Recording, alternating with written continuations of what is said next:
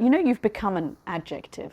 I mean, like I go to dinners and people say, oh, that's very Ottolenghi. Yeah, it's very weird because at the end of the day, I'm just me.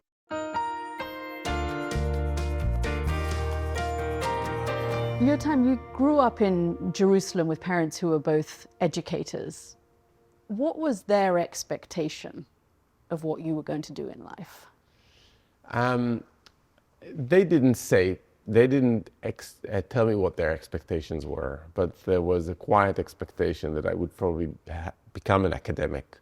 I don't remember having a conversation which must have happened. What do you want to be when you grow up? I don't remember that. But I'm sure that I would have answered something along the lines of what my parents were doing, like a university teacher, academia, something along those lines. But I haven't committed to that, but it was like inertia. You know, I went to university, I studied, I did an MA, and it was just the expected thing for me. Was food important in your home growing up? Yeah, food was very important. We had good ingredients, good cooking. Both my parents were good cooks. So they both cooked, your mum and your dad? Yeah, in actual fact, my father used to cook a lot because he worked more flexible hours. So often when we'd come home from school around lunchtime, he would do the cooking. My mother was a head teacher at a school. So she was not at home that much, so he did much of the cooking. She also cooked, but he cooked even more. Did you cook too with them when you were a kid? Not as much as other people that have become chefs told me. You know, you don't have this kind of idyllic Yotam Ottolenghi now memorial of cooking at the age of 5 and knowing it was destined to be. No, I wasn't a Mozart.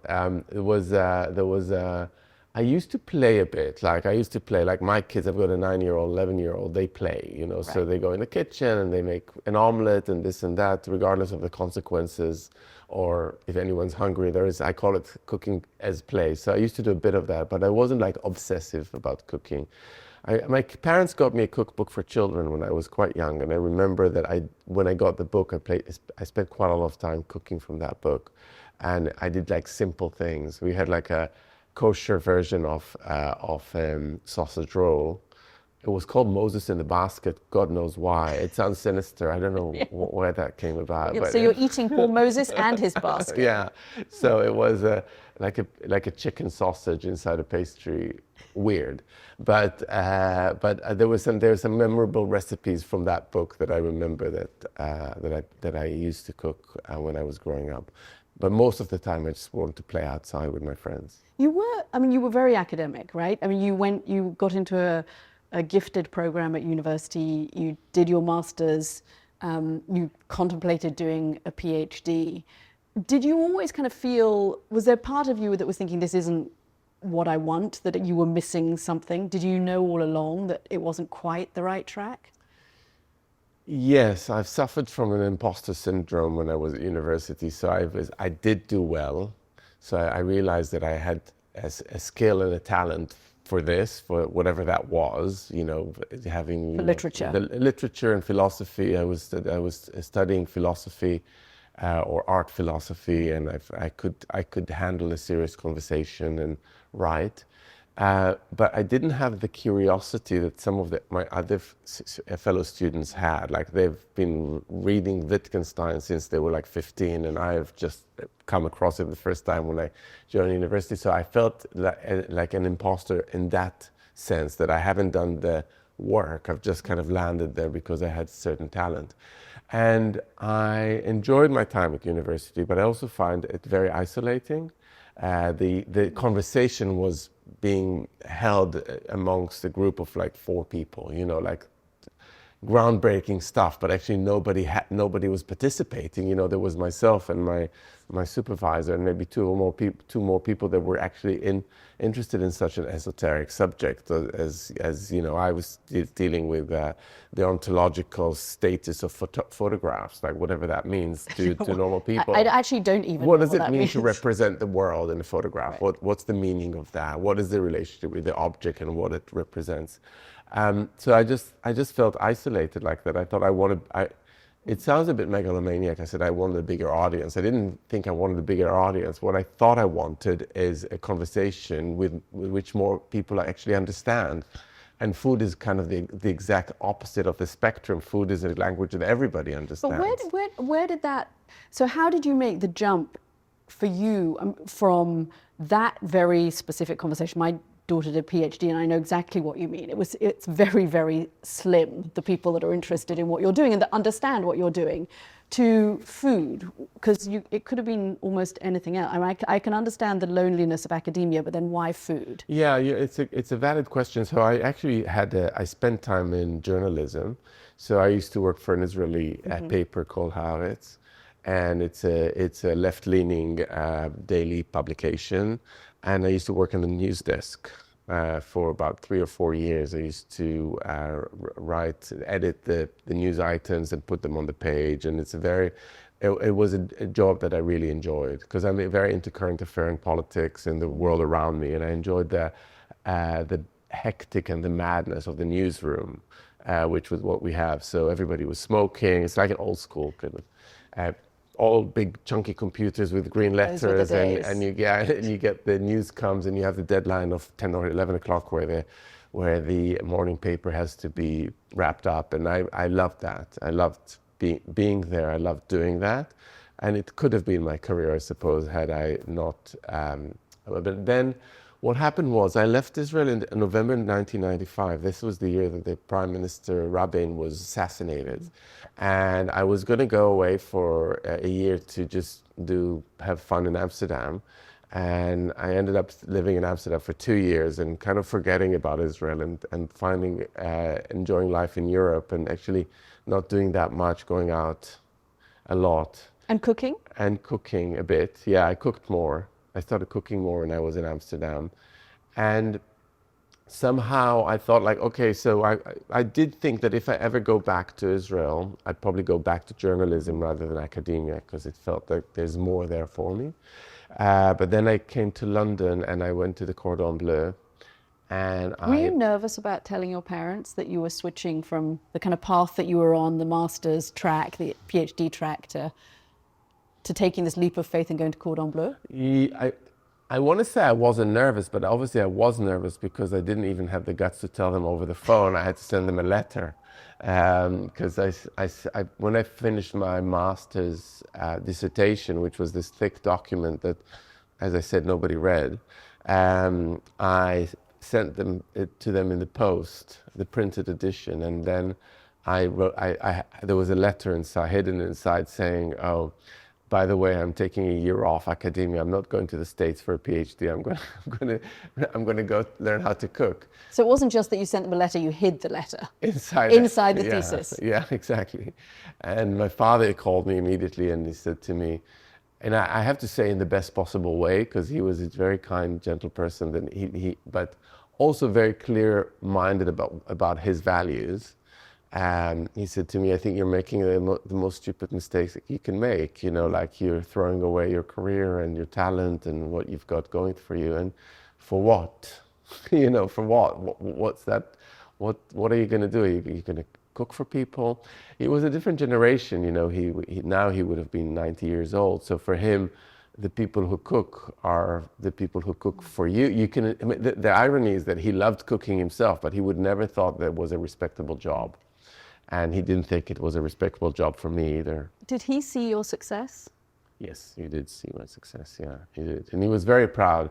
And he was also humble enough to tell me that he got it all wrong. You know, he said to me once on my birthday when I turned 40, he said to me, you know, I can't wish you anything. The only thing I can wish you is never to listen to me ever again, because obviously I don't make the right decisions for you. I don't have the right ideas for you. It's very sweet. It was very sweet. And even when he did object, he didn't object in the kind of I'm gonna cut you out kind of way. You know, he just really felt very emotional about it, and he felt like, I really want you to understand what you're getting yourself into. And now, being a father, I understand that sentiment very well. When you see a kid about to make a mistake, and you just want to save them from making that mistake, and without realizing that you have to make mistakes, you know, that's just part of growing up. You wait, it doesn't get any easier. I know, Your I kids know. get older and they make bigger mistakes and it gets more terrifying. What so you move to London and you do your cordon bleu and then you finish that and eventually you end up opening your own store, kind of taking another leap of faith. At what stage did you realize you'd become successful? So in 2002, I opened the Ottolenghi cafe, deli or shop in Notting Hill with Noam Bar, one of my business partners, and Sami Tamimi, who's one of my business partners, and Cornelia Stoibli. We're four active partners, and it was quite clearly a success right from the word go. I didn't know how big a success, but I remember the first Saturday after we've opened, I think we opened on a weekday, but on the Saturday there was a massive queue around the corner of people that really wanted to try our food, the cakes that we made and the salads and everything that we made. And it was obviously before social media or any of those ways of spreading the word out. So it was very, very much a word of mouth kind of thing. And there was a ton of people wanting to come and try the food, and it all happened quite organically. And I was very shocked, but also very ill-equipped to deal with that. So we just ran out of food, and the sales assistant started crying because the customers were rude, and we obviously had no idea what we were doing. It was a good trauma to have. It was a little bit traumatic because we were very unprepared for this moment. And in 2006, I started writing for The Guardian newspaper in London, and I think then it became more of a phenomenon. Rather than just being a local shop in Notting Hill that the local knows, it became more national and then global through my column in The Guardian, which was literally a very small column at the time. It was one tiny recipe with a small picture, but it had a certain impact, and that was kind of it. It became clear that there's something there. And when you wrote your first cookbook off the back of that Guardian column, which was Ottolenghi, what did you want it to be? Did you have a kind of clear vision of what you were trying to do with the No. So the book, the Ottolenghi cookbook, it came out in 2008, and Sami and I wanted to share with the world the recipes that we were selling in our shops. And my agent Felicity Rubinstein, who lived around the corner, used to get all her meals from us right from the start. And she said, like, you guys should write a book because this is the food that people would love to cook at home. She said that quite before the book was published, but Noam was actually quite arrogant and said, oh, but it can't be a conventional cookbook. It needs to be very special. And so for about 2 years, we were thinking of like how to write a cookbook without recipes and without food in it. We had all sorts of weird ideas. It sounds very presumptuous, but she was pushing for a normal cookbook. with actual recipes With actual that people recipes. could follow. And then I had the Guardian column, and then immediately there was quite a lot of interest from different publishers to publish a cookbook of the recipes from the deli, from our cafe in London, and it was pretty special in the sense that people realized that there is this some kind of magic going on with the cakes and pastries and the salads that were kind of mirroring each other and were presented it had a visual language that people haven't seen before. The vertical presentation of food, very fresh food with lots of flavors and really kind of quite dramatic to the eye, but also to the palate, with all the herbs and spices. And we published the book, but it was only going to be one book because it was going to be the book in which we give the world the recipes for the food that we sell. But it was so popular that then publishing became a thing. So rather than just being a book to sell and share, the publishing arm of Ottolenghi became the dog was wagging the tail in this respect. The books became the main thing almost. Do you have a favorite? I mean, that's probably like choosing a favorite child, but do you have a book of yours that you think that's what Ottolenghi at its very best? I'm kind of tempted to say Jerusalem because it tells the story of Sammy and myself and our upbringing and background. There's a lovely bit in the introduction, and I'm going to butcher it, but you write about breaking bread together, and you say, you know, we're not naive enough to think that this is going to be the solution to problems, but there is something about community and breaking bread together. Do you think that accounts in part for how incredibly successful and popular you've become with your books, with your cafes? And I do hope you're going to open one in Washington soon, where I live. But just with everything that you're doing, do you think there is something in the more fragmented and isolated we become, the more we want to get back to doing something so?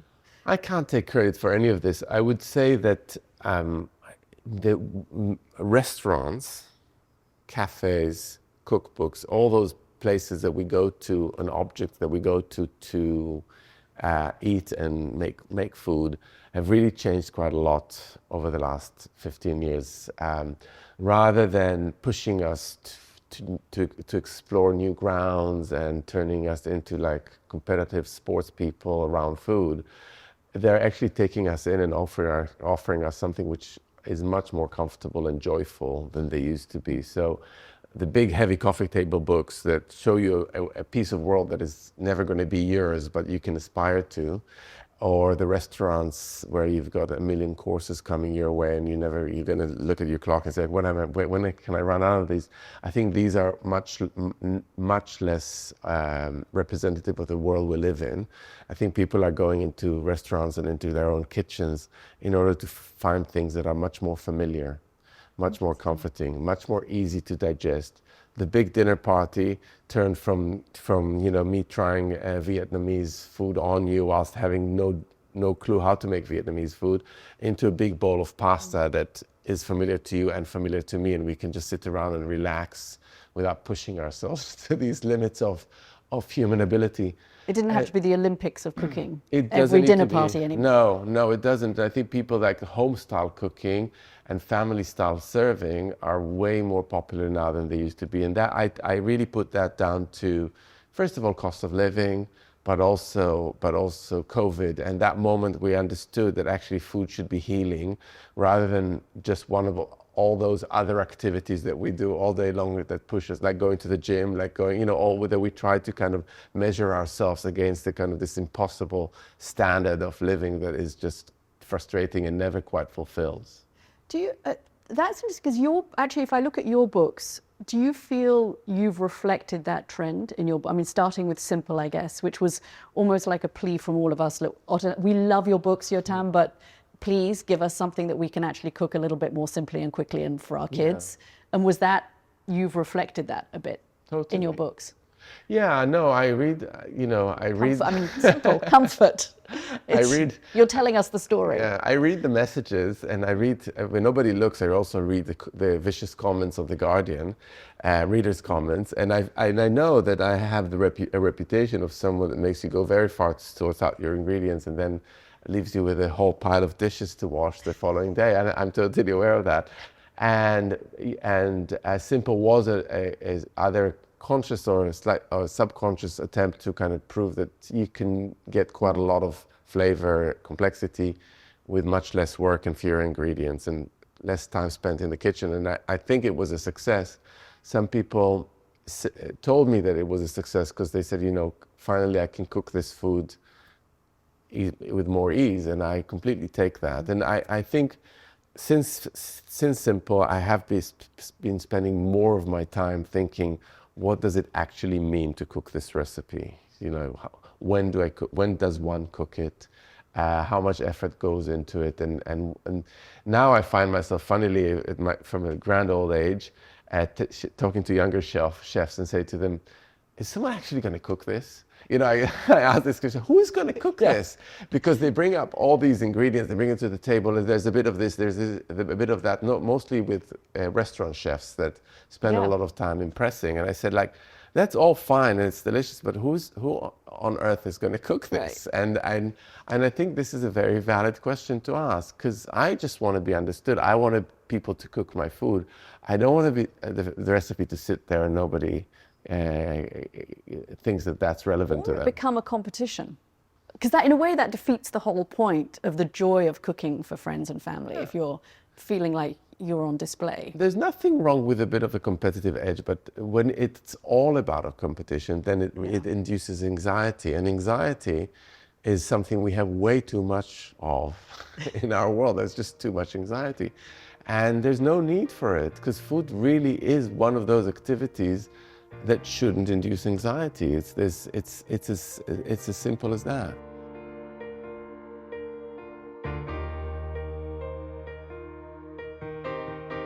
This looks beautiful. It does look beautiful. It looks great. So what do we have? So there's kind of different influences, and I just wanted to capture all those influences here. So for example, coconut milk. Yeah. It's a core cooking element when you create a curry. Another one, the chickpeas. So you could use jarred or canned chickpeas, no problem at all. And I have a recipe in one of the test kitchen cookbooks, which is just slow cooked chickpeas. They come out of a jar with some tomatoes, ginger, garlic, and everything goes into a Dutch oven, goes on the top, and you take it off after a couple of hours, and you get this whiff of incredible flavors, and you've done absolutely no cooking. You just threw things in. And for that, like using tinned chickpeas, not a problem at all. Curry leaves are really, really important. I've never, so this is totally so new just to me. take it and smell it. No, crush it a bit though. You know, you've become an adjective. You have.